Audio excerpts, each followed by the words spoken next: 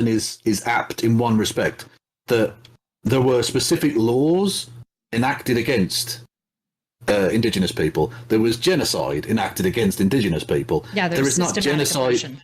There was systematic oppression. But systemic oppression. There's not genocide. No one's going around stealing the land of and killing and burning the settlements. You are equivocating now because you just granted me that it's not equivocal, and now you're equivocating. Obviously, I don't believe. No, I'm expanding upon the point. No, obviously, I don't believe that incels experience systematic oppression like Black people have, Indigenous people have, like women have historically. I would fully grant that. I would never argue for that. However, I think we can all agree that systemic oppression is seedy, tricky to hard put your finger on, and has a lot more to do with kind of the human variable within policymakers. It's when all of the policies and ceilings and all of the systematic structure looks the same, and yet white people still tell Black people that their hair isn't okay, and so they're not getting hired because of their hairstyle or their name on their resume, right? This is more of this systemic oppression that's harder to put your finger on. And so what I would counter with that is I would like to ask you a question.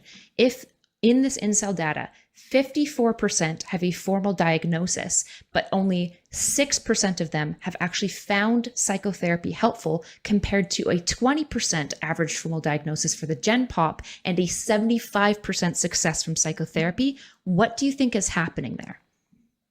I can't answer that. I don't know. Exactly. And so that's where I'm saying there's got to be, I could tell you what's happening because I've also looked through the literature and we've seen robust bias in research alone on incels, to the point that multiple papers that I've cited you, the 3 that I listed, talk about other papers and basically say like, there's a lot of research bias going into this. While we acknowledge that there are harmful ideas within incel groups, nobody has actually looked at any of the incel questions seriously with any. This is I think part of the problem is that, again, going back to I think the concept of it not being a cohesive enough group, that I don't think a lot of people find it worth studying because it's not as big an issue as maybe a lot of other things. Like, it seems like not a waste of time, clearly. Sure. But we thought that addicts were a waste of time like 20 years ago, and we were just wrong, right? And so it's like if a guy walks in to a treatment center and he meets with a therapist and he sits down across from this nice young lady, how does he even begin to try to tell his therapist what his experience is? And assume he's got all of the hateful ideas as well, and he's bought into them, but he's aware that everyone else thinks that he's a piece of shit for having these ideas.